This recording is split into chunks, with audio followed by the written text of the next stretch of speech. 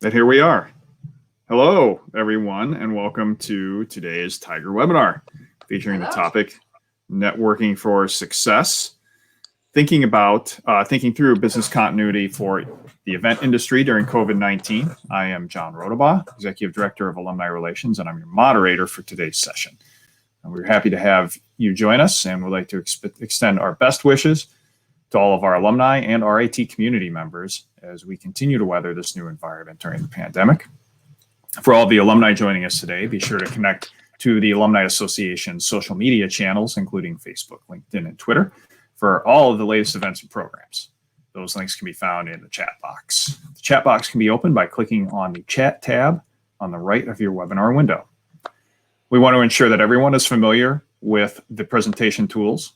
All attendees have joined in mute mode. However, your questions can be entered in the chat box at any time throughout today's discussion, and I will do my best to relay those to Ines.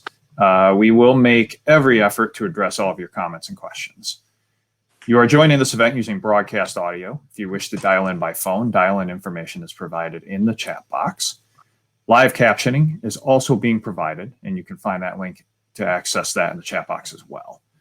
This webinar will be recorded and made available complete with captions in approximately 1 week following today's event. All participants will receive an email with the link to the recording. If you have any technical questions, please feel free to type those in the chat box as well, and we will do our best to get you the appropriate answers. Our webinar today is being brought to you by the Applied Critical Thinking Initiative at RIT, led by RIT faculty member Dr. Jennifer Schneider. The Applied Critical Thinking Initiative focuses on the expectations of our global society. Simply knowing is not enough. Leaders must think critically to assess and strategize within complex, interconnected systems and processes, continually adapting to rapidly evolving technological, aesthetic, and social environments, and manifest new ideas, both individually and collectively. Details on RIT's Applied Critical Thinking Initiative can be found at rit.edu/criticalthinking. And what better example of a critical thinking challenge than the topic of today's webinar, Networking for Success, Thinking Through Business Continuity for the Event Industry During COVID-19. We are so pleased to welcome Ines Nanic, who graduated from RIT Croatia in Dubrovnik in 2004 with a degree in hospitality and tourism. After a few years in five-star hotel event management, Ines opened an event management company with her husband, specializing in tailor-made weddings and events for international clients in Dubrovnik. Ines is a trendsetter in destination weddings, and today her company, Dubrovnik Event, is among the market leaders in building a brand of luxury tourism in Dubrovnik. Ines is also a speaker at the Wedding Planners Academy in Zagreb and writes a wedding column in Croatia's most renowned wedding magazine. We are very excited to have you here, and with that, the floor is yours. Thank you so much, John. This was a fantastic introduction. It was very good listening to you. If everything fails, you can always go for some sort of an announcer or a flight attendant. This was like a very, very smooth intro. So thank you for that. Secondly, thank you to every single one of you listening now and listening later on the links, joining us and showing interest in this topic, taking time from your busy schedules and joining us in tonight's webinar. So John gave you a short introduction about myself. I would like to tell you just slightly bit more about the Dubrovnik Event, what we do, what is our philosophy, how we do it, and who we do it with. And so basically, like John said, my husband and myself opened the Dubrovnik Event in 2008.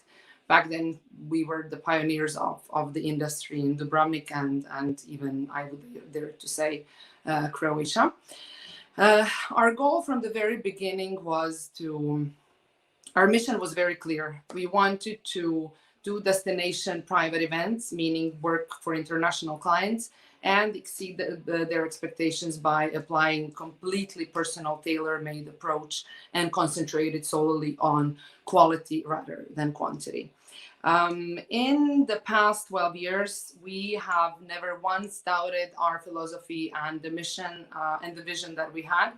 The mission has went throughout straightforwardly with that, and with the fact that we never wanted to sort of have a huge number of clients so they feel like they're in a line just getting done. We wanted to make sure that they really, really always feel special. So Having said that, our plan was never to become a huge company when it comes to events. It's a very personal, very personal line of business where you deal with people in the times of their great emotions. And on some days when we talked about potentially selling the company because we had certain proposals, we realized we'll never be able to do it, because it's always been about how Ines and Marin treat you and speak to you, and how they deal with your events.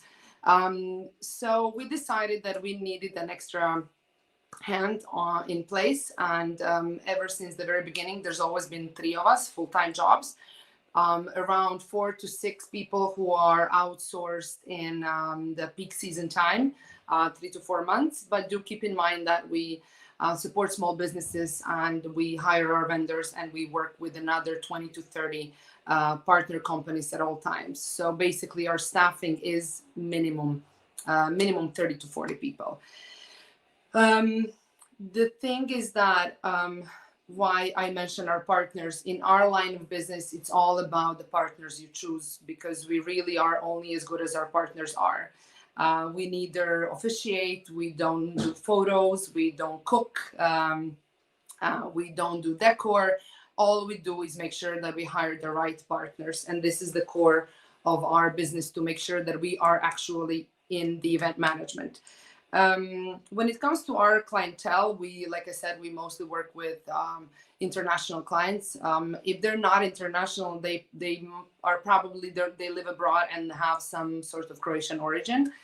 When it comes to our event types, I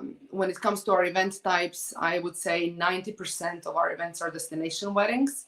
And about 10% are other private events, such as exclusive birthday parties, bar mitzvahs, anniversary celebrations, and basically all kind of celebrations. We've had a client who just said that they're inviting 50 of their friends from Switzerland and celebrating life. So basically, we're in the business of celebrations. To give you a bit of numbers, since 2008, we've done 493 weddings and about 300 events, not solo events. I'm giving you the numbers now of the follow-up events. Most of our clients are high-end international clients who do 2 to 3, even more days of events. So in general, I would say that would be about 600 to 700 clients in general. The whole so this is just one photo. It was so difficult for me to choose a photo that I'll start the presentation with.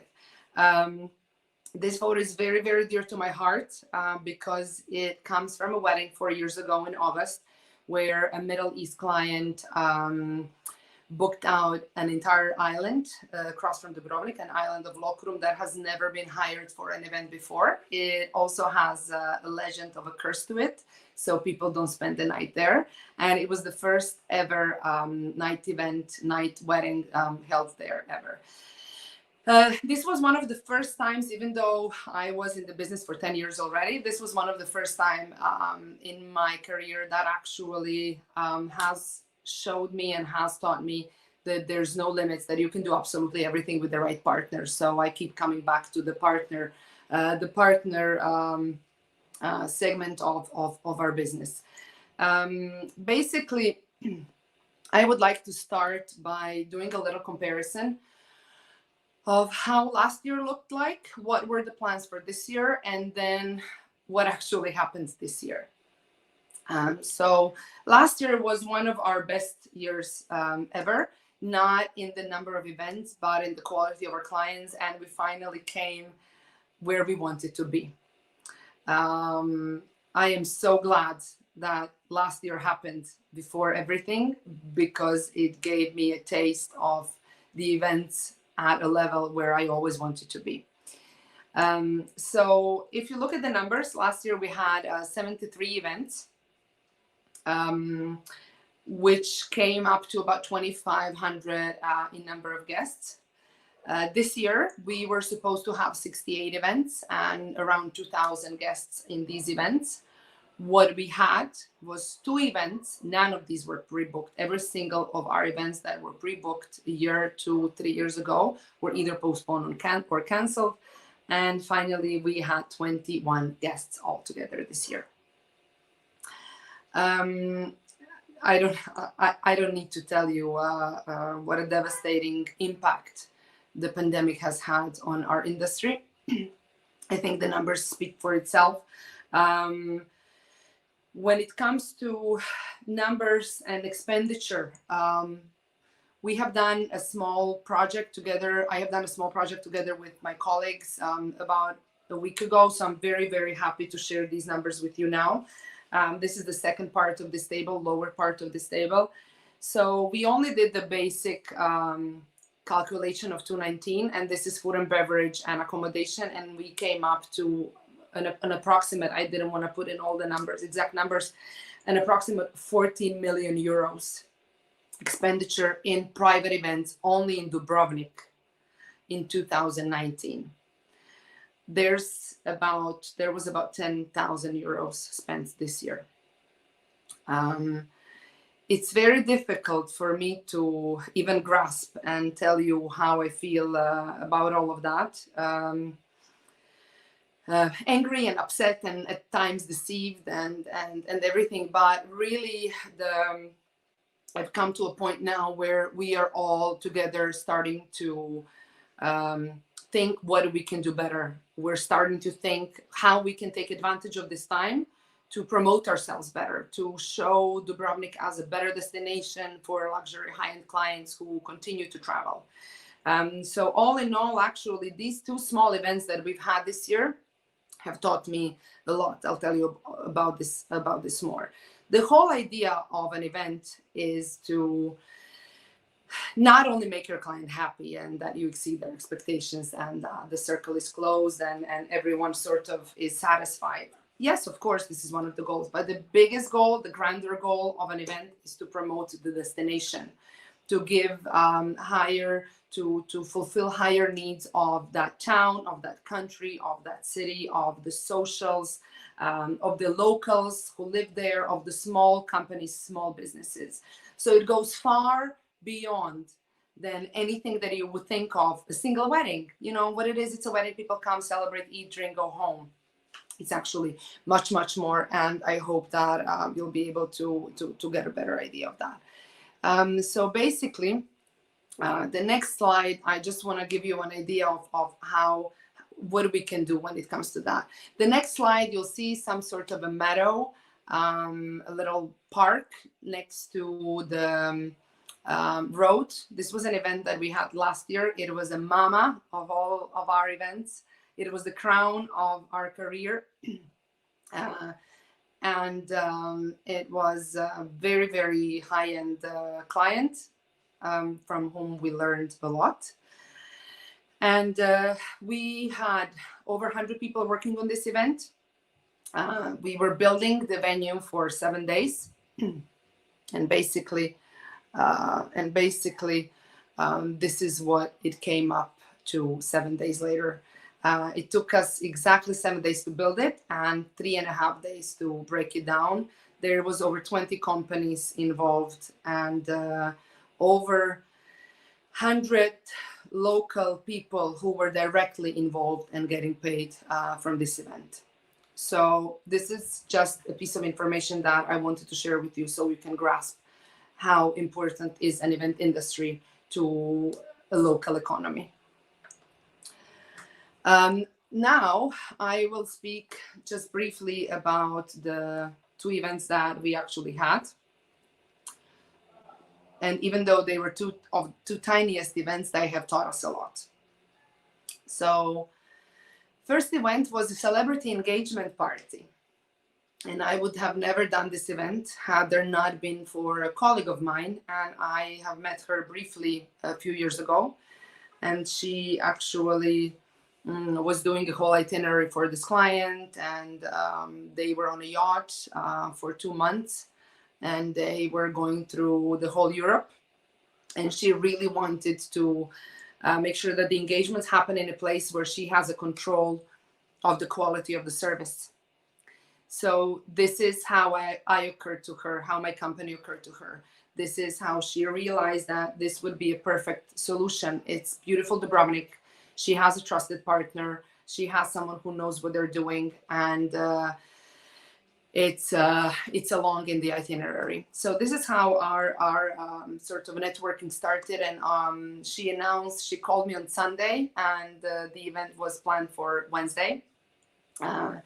This was a very high risk client because the half of the party and half of the people on the yachts were high-end celebrities like Dan Bilzerian and a few others. So we had to respect a lot of other things that I don't deal with usually. But when you don't have any events, 3 days is more than enough to do a high-end celebrity engagement party. We ended up hiring over 20 people to do a 10 people event. And everyone was over the moon to do anything. And I hope that we will keep this mindset for much longer than we had. And it basically, every time I think of this event, the first person is not, I don't think of a client as the first person. I think of Ivana, who hired us, as the first person. If she did not choose to hire us, and she could have easily done this on her own, we would not have had this event. The photos from this engagement party have traveled the world. The PR and media coverage were so strong that there is no money that could pay for it from either of our accounts. And in the end, it started a fantastic collaboration, and we speak with each other on a regular basis to see how we can better improve our communication, what we could do, what we could offer to these clients, because you could have seen that the high-end clients did continue their traveling this year. They were booking out the villas. They were staying on the yachts. A friend of mine has a yachting agency company. He was busier this year than last year. The importance of networking in this area is twofold. So I have a lot of people who email me with their offers. For example, probably the most often I get emails from photographers. And very often I tell them, and this is not something I made up. I actually heard it from one of my colleagues who is a very, very reputable worldwide known wedding planner and an event planner. And she said, we always book all these people, but they never give us the hand in return. So now is the time that we all start working together. So, for example, I'll give you an example. The other day, I met for coffee with my DJ. He's also a friend. It's very silly for me it feels silly to say a DJ of mine, because he's actually a friend of mine. When you have a small event company in a small town, these people become your friends, and you refer to them friends before than you would refer to them as your partners. So we had a coffee, and I said, oh my God, it must have been terrible for you. There have been no weddings, no events, no festivals, no anything. And he said, actually, I did quite well. And I said, what do you mean? How? And he said, I had quite a few phone calls from the villas, from these millionaires. And I said, well, who called you? Their agent or name? He said, no, actually, they called me themselves. They found me on Instagram, and they called me, and they had a chef, and they had this and that, and party and pool party and champagne and bartender. And I said, has it never occurred to you to ask them, would you like me to put you in touch with a professional event planner so they can look after your events every single day? This is the power of networking in events that now has to be stronger than ever. I understand there has been no awareness of this in the past, but this is definitely something that I've been speaking to my clients that we will be working on, and spreading the awareness of the networking on multi levels, because it cannot be a one-way street. It's a relationship. So we have to support each other and help each other, because it doesn't mean it's okay. If it's good for me, it's going to be good for you. That means if it's good for you, it's going to be good for me, and vice versa. So I think that this is one of the greatest areas of improvement that we have started working on. And I've been meeting all of my partners, trying to find ways how to better work, how to better present, how to promote a better product, how to think of new ways, new ideas to to come to a client nowadays when events are simply on somewhere on the far mind. No one is planning them, because of course no one is planning them because of all the restrictions and the measures. Another fantastic example that I want to give you that this year has taught me is that I have a few colleagues of mine, and I really always wanted for us to sort of work together, and because basically we all have the same goal. The idea is that we work together towards the same goal, promoting Dubrovnik as a destination for a luxury high-end client, for a luxury high-end event. We have finally come together, and now we stand as an informal association of private event and wedding planners. And we come out as stronger in front of city council, in front of tourism boards. We can ask them for certain things, and we are finally getting things approved. We are getting heard. We are getting ideas. There's 10 of us, of course, with 10 of us, there's much more ideas, much more strength, much more energy, much more everything, much more persuasion. One person is down, the other is up. We keep each other up all the time. So I would say this is what this year has taught us and reminded us that the only way to go forward and to save ourselves in the event industry is to move together, to think together, and to act together. And then the second event that we had was a small boutique concept store opening. A client called me in June, and she said that she's been following my work for a while, and she said that if she ever wanted to open a shop of her own, that she would love if I did her event.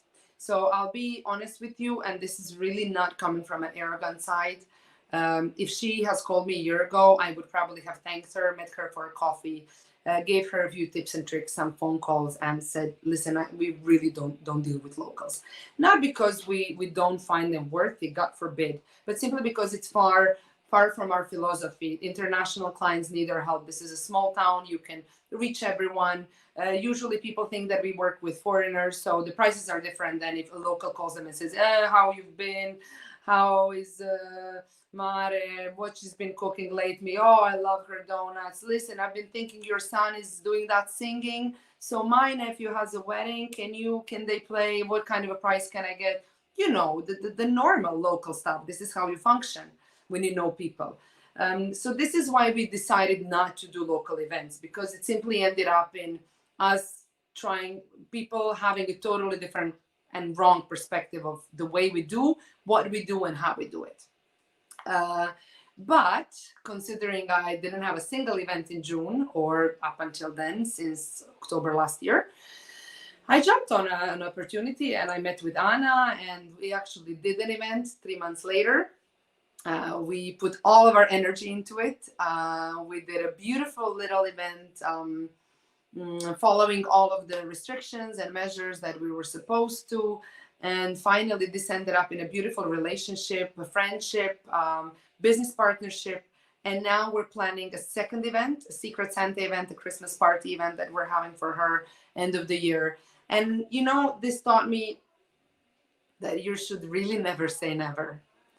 I was so reluctant always in taking local clients because it would rarely end up well. They're just not used to having a consultant. We Croatians are not very good with taking other people's advice. But then this business relationship with Anna was so beautiful and so pleasant, and she understood everything that we were doing and appreciated every single thing that we did. And yes, of course, the price of our services that we charge was not even close to what we would charge normally. But what is normal this year? Nothing. So even taking her on as a client was not a standard part of our philosophy. So it has showed us that sometimes really a crisis is a new opportunity, and it has opened our eyes to sort of look at local as partners and clients a bit differently, and not sort of being completely closed down on that. I definitely think that. Another thing that I think one of the trends that have been going on in the event industry is definitely smaller scale events. So everything that has been before 100 people is going to be 50 people. That was 50 is going to be 10, 20 max. This was also something that we have been avoiding in the past couple of years, simply because a 2 people event can take the same amount of time. It rarely is a hugely lucrative event, but it can take just as much of your time, take the date, and we've just, we've passed that. It wasn't really fitting the frame that we put in for the events that we wanted to do. But this has changed as well. We have quite a few small events booked for next year, and I think this is going to be very interesting. And basically, I think this is what we need to concentrate now. I think that event industry is going to go back to its feet and not go back to its feet. It's going to go back to where it was. Maybe, but if it will be coming back to where it was in potentially 2019, it's not going to happen before another 2-3 years for sure. So yes, smaller events are a way to go.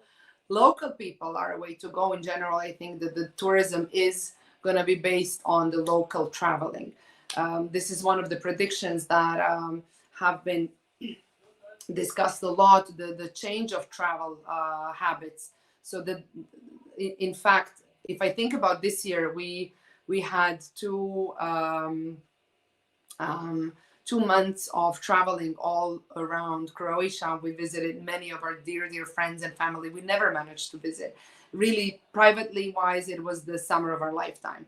But even if we could have traveled this year abroad, we really wouldn't have. We wouldn't want to, just because, not only because we wanted to show our kids more of Croatia and how actually people live in summertime, but also because we wanted to support our own economy. And I think a lot of governments are going to be doing that, and it's not going to only influence travel. People will still travel, don't take me wrong, but not to an extent where it was. And it will definitely influence the event industry. If I'm not mistaken, the Great Britain and certain towns in Great Britain and Germany implemented the sort of a measure, an incentive for local people to go out to restaurants once the lockdown was done. This was like, I think, June, something like that. And so if we went out for dinner, 4 of us, the country, the government would pay for half of the check. This was one of the incentives to sort of bring back the local economy. And I think this is definitely going to be continued trend in the next couple of years. Then think about the new restrictions in events. I was a guest speaker last week in a small local event of about 60 people 10 days ago or so. And I cannot tell you how strange it looked like with the mask, with speaking to 50 something people who all have their masks on. Not only it was strange, it was sad and completely unnatural.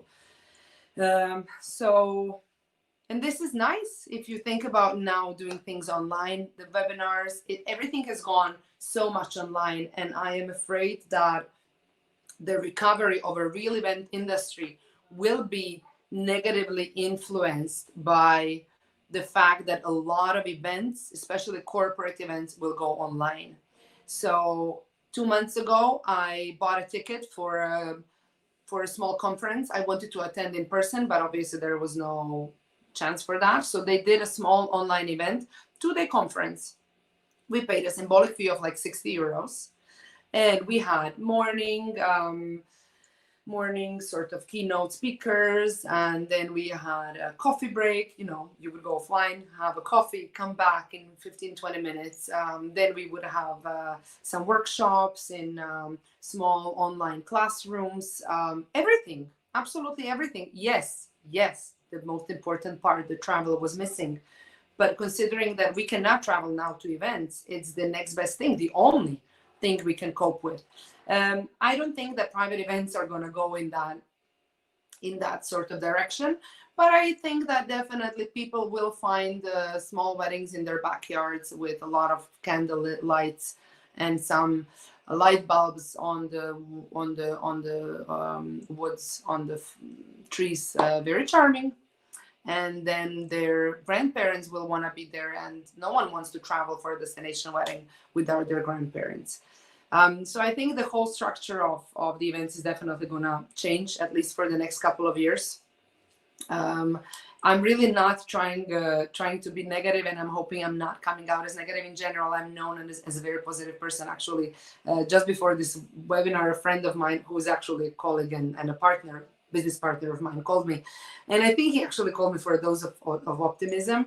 And he said, I really wanted to check up with you. I haven't spoken to you in a while. So what are the predictions? How is 2021 looking? And I said, there's no 2021. I cannot understand how people actually feel that that will be so busy in 2021. You know, we're so far away from people not being afraid of everything that's been going on, because obviously we have been brainwashed is not the right word, but we have been influenced strongly by everything what's been going on. People are meeting and not hugging anymore. I just went to a friend's birthday the other day and no one kissed her for her birthday. That's not natural, but it's happening, and it will influence and it will create a trend in how we will behave for the time to come. And it's questionable whether we'll go back to normal. So I spoke to him like that, the same way I'm speaking to you, and he said, I see you're very, very busy. Maybe it's better that we speak some other day. He definitely didn't get his dose of optimism, but I think now is the time that we start being realistic. Have I had the best summer of my life? I absolutely did, but I'm definitely ready to get back with my reins and start working hard in manifesting ideas towards people who need to hear them, who can help us in build a better community, in creating new stories, even if they mean different kind of events. Not to forget, there is a high-end luxury market that has not been influenced by this. Now is the time to speak to them, to get to them, to reach them. We cannot reach them on our own. We definitely need help. This is the time where we need to act together towards the same goal. So at least they hear somewhere Dubrovnik and they say, hey, no one's done a really, really fabulous, 100th birthday party there. Why don't we do this? It's possible, but there is a lot of work behind that. But I really think now is the time. Now is better time than ever to do stuff that we haven't been able to do before. When it comes to new ideas, new plans, and plans B, C, D, E, I heard from a very wise and smart woman a few years ago on a seminar that I attended, that when you are at the peak of your career, when you're at the peak of whatever you're doing, this is the time when you need to start working on your plan B, because nothing stays on the peak forever. Eventually, one day or another, things are going to start going down. And when things start going down, your plan B has to already be in action. So I'm so grateful that I heard this many years ago, and I have been planning and thinking about plan B for a while now.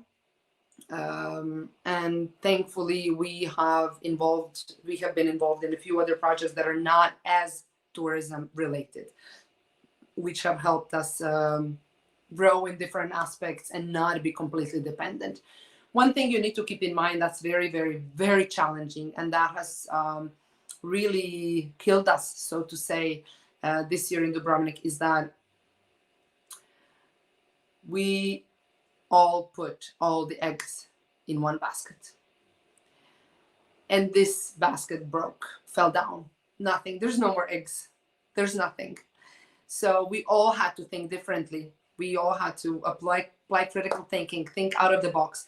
It doesn't mean that we're not going to be doing events, but we can do different kind of events. It doesn't mean that I don't have to do event management.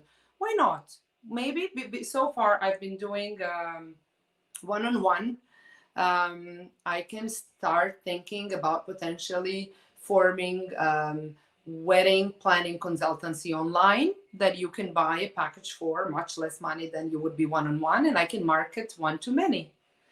There's a lot of ways to take advantage of a situation where we are now. Not really, take advantage is not the right way of putting it, but I hope you understand what I mean. We are now in a position where we have enough time to consider everything that we have, put everything together, all of our resources, all of our brains, and start concentrating on revising everything that we've been doing and assimilating to everything that's been going on. Event industry has been on its knees, and it will continue to be on its knees for the time to come. Do I hope I'm wrong? Definitely. Do I believe, unfortunately, that it will take years for the event industry to recuperate? Yes, definitely. Webinars are not helping us.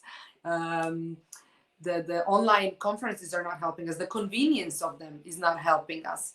But hopefully, in a while, people will understand that there are things that you can do online, and then there are things that have to be done face to face. Nothing can replace a person's touch, a person's feel, a phone call.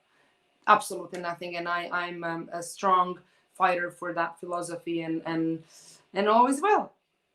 So when it comes to next year,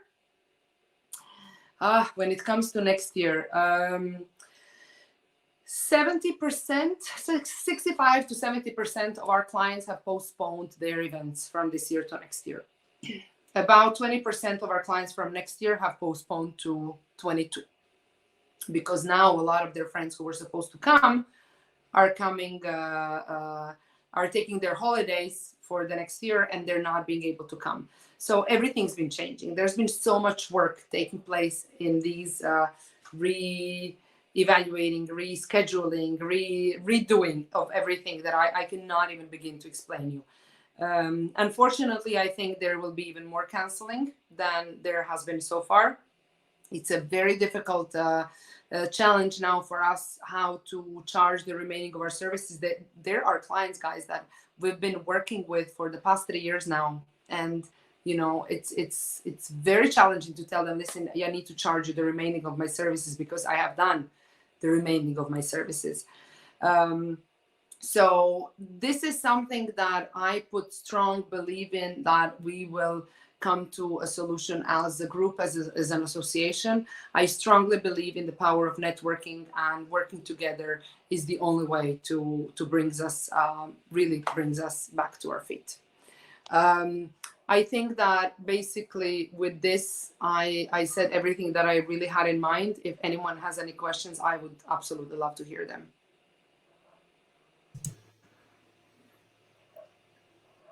Ines, we do have a question that came in before the session. Okay. Our attendees that said there's been a lot of talk about a cost to safety, whether it's extra cleaning, personal protective equipment, more room to spread out guest seating. Should we expect massive price increases across the board from venues and service providers, and any estimate on what kind of costs you might be looking at? I don't think that people will be, I don't think that vendors will be increasing prices when it comes to sanitizing and keeping things clean. I mean, they're supposed to keep things clean even before the pandemic, you understand what I mean. But I think that there will be price increases because of the new restrictions. So if before this was an event for a venue for 50 people, and now because of the law restrictions, it can only take 15, of course they're losing in the long run. So they'll have to increase the prices in order to meet some kind of a financial goal. But when it comes to disinfecting, when it comes to safety measures, when it comes to all of that, I do not believe this is the right reason to increase prices. I think this is everyone's right to have the place clean and disinfected, and have a disinfectant on the counter. All right. Another question that came in before the session: are there certain areas of the industry that you see recovering more quickly than others? Will deposits for future business be enough to keep some of the service providers and venues afloat? This is such a great question. Actually, the other one before is also a very good question. I'm sorry I didn't say this, but this one is very interesting because a lot of people do not understand that. So let's start with venues. The venues takes your deposit. It holds your date. It holds your dates for a year, 2 years. It doesn't allow other clients booking it. And then the pandemic happens and people want to cancel and take the deposit back because the vendors didn't give out any services. This is not correct. It's not correct. They didn't give out any services. They have held it. They have planned it. They have directed it towards something else. So nowadays, what we're doing and what we're encouraging our vendors and partners is to give out vouchers. For example, hotels are giving out vouchers for accommodation that are you can usable, I think for 2 years or something like that. We're encouraging photographers to do the same. Give someone a voucher, do a photo session when you come for a holiday, 2 hours. Why not? Take some advantage. I mean, realistically, we've all spent the deposits. That's not a top secret that we have spent. We live from the deposits in the off-season time. We have a season where we have events. We have an off season where we don't have events. Obviously, the time on off season, we live from the money we make in the season time and obviously from the deposits. When it comes from our standpoint, I've had a client who insisted I give him his deposit back. We charge for 1/3 of our services to start with. And we have reached his wedding date, literally, wedding week, I apologize. So according to our contract, I had every right to charge him for the remaining 70% of our services. And yet he still wanted me to give him the money back. I think people simply don't understand. Once you explain it to them very closely, I took my time and I calculated the 428 emails we exchanged. I took my time and calculated how many minutes in general approximately we spent in these emails, and that we met twice, spent together already 15 hours together. And then when you explain people what actually happens with deposits, it's much easier for them to sort of understand. Whether this will be enough or not, it really depends on people who will be booking this year for next year's. Because obviously we have lived from the deposits from last year to this year. I have to say Croatian government has come out strongly with the measures. They have covered basic salary and all of the other costs on the salary that go on top of that since March. And they're planning to do so until end of the year, which is definitely going to be a life-saving opportunity for us. Absolutely life. What will happen after that? That is the biggest question. So if we do manage to get any bookings now and we get any deposits, yes, this could keep us on the surface. But this brings us back to the first slide that we had, where the question mark stands in how many wedding planning agencies and event planning agencies will be here in 2021. I think that the goal of us all, apart from, making better plans, is actually the mindset that we do not aiming towards profit in the next couple of years. As I'm talking to you as a business owner now, I'm not aiming towards a profit. My success will be staying above the surface, making sure that I have enough to pay the salaries and to cover my basic costs, and not to have to fire anyone or to get rid of anything that we've been doing as a business. That's really great feedback, Ines, and we have a couple of other a couple of their comments, and I love that philosophy. That's fantastic. Taking care of the folks around you and those who are working with you closely. And I did say we got a couple of comments in the chat that people love your positivity around this. Thank you. Around this area. I know it's tough for folks to be positive right now, but this has certainly been great. And in the spirit of networking and being positive, we did have one question. What's the best way for us to share information about Dubrovnik Event? Would that be social media, email, something else? Are you guys active on most of the social media platforms out there? We are more than active now ever. we have really taken advantage of this time to work on our blog, to work on our Pinterest, to work on our LinkedIn. I've not. It has too few photos for me to engage. To work on our website, to work on our clients, to work on sort of housekeeping our system, the galleries. We have like a gazillion photos. So yes, absolutely. Social media is the way to go. We use a lot. We use this as a major marketing tool lately, definitely. Thank you. So shifting from that a little bit, I know we had a comment here about contracts and terms of contracts and how those may have changed. Have you seen, I mean, have those just completely changed over the course of the last 8 months? That's a good point. I'm sorry I didn't cover that part. It never occurred to me because I'm not a big fan of the contracts, and especially because I'm in the business of a very emotional kind of a business. I do the contract, I call it the paperwork. We'll get rid of the paperwork and that's it. But a very, very good point. It has been very challenging for us to keep the contracts going. We have changed every single contract with our client. I believe in June, we have added new act of God clauses, which are protecting both client and us. They're not going in our favor or in client's favor. They're just there to make sure that if anything like this ever happens, that they are covered. A lot of our clients have had issues with wedding insurance, where they simply didn't have it covered. Nowhere in your wedding insurance it says, oh, in case of a world pandemic. It's like, who would have ever thought? So I think that contracts have been a very sort of a blind spot for a lot of people. We have taken this part very, very seriously because we have seen people referring to contracts and saying, but in your contract it says this and that.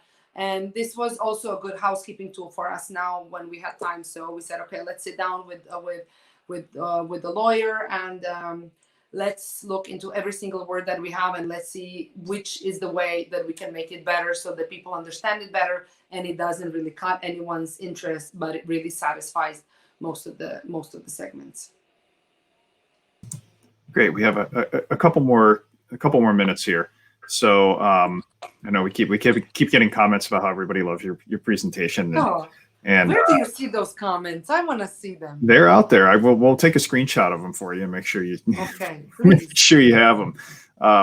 But yeah, fantastic ideas and thank you. A lot of folks talking about regarding networking and getting agents together, especially to present together for destination forwards and things like that. But any final thoughts on how we move forward in the events industry, especially it seems to me it sounds like there's still some room at the high end in the luxury area, but any other thoughts on how we're moving forward?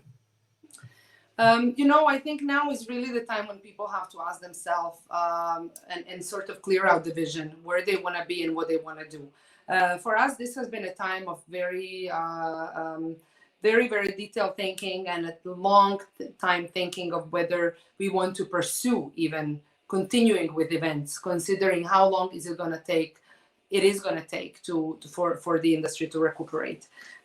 Sure, there is a blind spot with the luxury clients, but reaching to them, it would be very easy if we could all reach to the high-end clients and have high-end clients. Then we would have high-end clients, but it's really not that easy. I've been in the business long enough to say this is very challenging unless you know the right people, and sometimes right people don't know the right people, and it ends up a disaster. So it's really a lot about hard work and also a little bit about luck and being in the right place in the right time.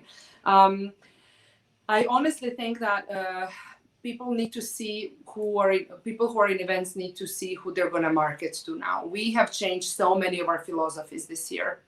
A lot of things we have not been doing, we are doing now. We are promoting and doing small proposal parties, small engagement parties, elopement weddings, small private events in villas. So nothing is going big scale. Nothing is going to go big scale for the next few years. Definitely lower scale, but hopefully higher end. So we're hoping to have clients who say, listen, there's going to be 10 of us, but we still have a very nice budget. So I don't mention any numbers because nice budget is a very relative term. This is, for example, what we're aiming for, what we're hoping for, that will be recognized by clients who will still be traveling, doing smaller events on a higher end scale. For some people, this might mean simply turning more towards sort of an online part of the business. I still believe there's space for everyone, but I think this will be a housekeeping spree as well, where unfortunately not everyone will be able to stay on the surface, but everyone can stay on the surface if they really try hard enough. I think now is not the time to sit back and sit still.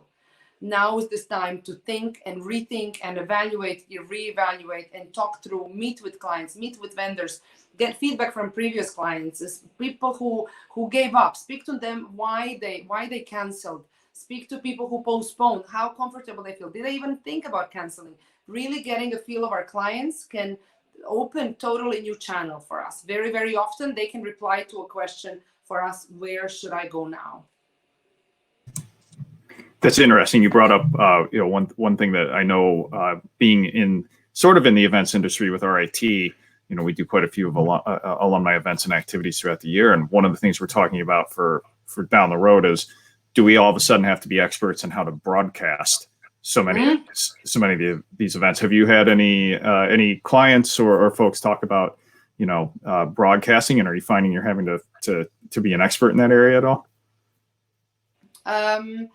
No, not yet. I have a colleague of mine said that they had an inquiry for an online wedding. I still cannot even understand what that means. And online, I cannot even get a grasp. And I hope that no one will ever do that. Wedding should not be, there's nothing about wedding that should be online apart potentially a wedding website and photos.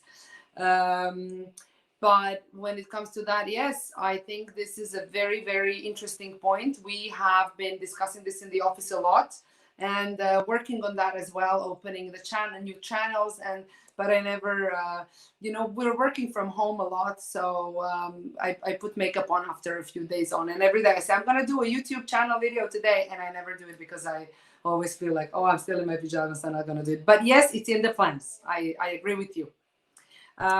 I am not sure about I mentioned a little while ago, the recurring revenue idea that I was thinking of doing an online course and sort of charging for that. This is something along the lines that I would like to potentially go to, some sort of a online consulting. Yes, I can see that happening, definitely more and more, because people are sort of looking after, they're doing their research anyways on their own. They're doing everything online. So why not take advantage of, advising them and potentially, and you're putting so much less work into that than in one-on-one when you sort of, sell your services online. It's against what I said in the beginning. I said one-on-one and tailor-made and personal approach, but we really have to adjust. And I cannot go with my head through the wall just because I said in the beginning it's going to be like that. So we did have one more question come in, and then we'll wrap up here. But we had someone asked, did the deposit amount change, or have deposit amounts really changed in the meantime? Did you have to change the percentages that clients need to pay in advance or reschedule? This is a great question, and thank you for reminding me about the stuff that I didn't mention and that are very, very important. Yes. So, for example, if our basic package is $3,000 or 3,000 euros, we would charge 1,000 euros now before, and then the remaining balance you would pay the week before the event. Everything has to be paid before the event. Now we have changed this, and we're charging half. So if the package they chose, the service package they chose is 3,000, we're charging half, and then 6 months before the event, we're charging another 500 euros and then another 1,000 at the end. So just because of that, I have mentioned this already, but I will tell you that my colleague, my assistant, has done an hourly amount of time that she would do in a normal season just for the rescheduling and canceling weddings and doing new contracts and trying to find everyone all of the vendors fit into the frame of the date that the client wants. So much work has been done in these postponements. I cannot even tell you that. And we have now brought a new philosophy that every new postponement we will charge. This is a philosophy that a lot of our, especially US-based event planners, event managers have. And when this first pandemic started, they said that they will go out of the way by not charging postponement charges. And for me, this was like, I don't even understand what postponement charges are. And now I totally understand why someone would charge a postponement charge. There is so much work that you have not contracted at all put in that you simply have to charge. It's extra work put in. This is what has really motivated us to change the contract, put so many new things in the contract. It's not something you want to do, but people are so sensitive about their money nowadays, and we have to stay sensitive on our side. It's something we'll live from as well. Yeah, certainly. We've even seen that on the alumni event side with, the amount of work it takes to contact vendors who you don't even know if they're still going to be working on the same timelines as you, whether they'll be opened and things like that. It is tough, but yes. Well, that does it for the questions here on the chat. I do want to take a moment and just thank everybody for attending today. I thought this was great. I'm stateside. I'm here in New York, and Ines is in Croatia, and this has been seamless and wonderful use of technology. So, really excited that we were able to do this today. Any additional questions, you can certainly email to us at ritalum@rit.edu, and we'll direct those to Ines. All audience members will receive an email from us in about a week with the link to today's webinar recording. You can see a full listing of upcoming virtual events like today's webinar at rit.edu/alumni. We actually have another webinar coming up on November 23rd focused on the tourism industry with alumna Anna, let's see, am I going to butcher this? I don't think I will. Rancevic. Right? Yes. Class of 2002. We'll be leading a discussion on critical thinking and luxury tourism. And you can register for that by going to rit.edu/critical thinking. And scrolling to the bottom, there's an event section down there. Also, our critical thinking initiative is sponsoring that as well. So with that, I want to thank you everybody again for attending. Have a wonderful week. Stay healthy. Ines, any other final thoughts before we log off here? Really, this is there would be like 3 final thoughts. No, really, just for everyone, thank you so much for your time. This was much easier than I thought it would be, and I hope that you really enjoyed and got something out of this webinar. John, you were great. Actually, I have changed my mind. Not flight attendant, but like a radio anchor man. Yeah. Yes. Maybe a poor man's podcast. We'll see. No, seriously, you did a fantastic job moderating. Thank you so much. Thank you to everyone who listened. If there's any questions whatsoever, feel free to email me or send me a message on Instagram where I'm under Ines Dubrovnik Event. On Facebook, we're under Dubrovnik Event, or email me from my from the website dubrovnikevent.com. Do feel free to reach out. We have been struggling in the event industry really, really hard this year, but I'm really hoping that this will prove to be this will show to be an opportunity to teach us something, to remind us of things that we have forgotten, not to take business, not to take tourism for granted, not to take everything that has been happening to us in the past 10, 20, 30 years, 20, before that we had a war, years for granted. We can definitely survive this, but not without planning. We have to plan now. We have to work together now. We have to think how we can make things work for us better. It's not gonna just happen. We have so much competition now when it comes to traveling, much more than ever before. Now we're competing against every place in the world. People will travel, but they'll probably travel less, and they'll think twice where they will be.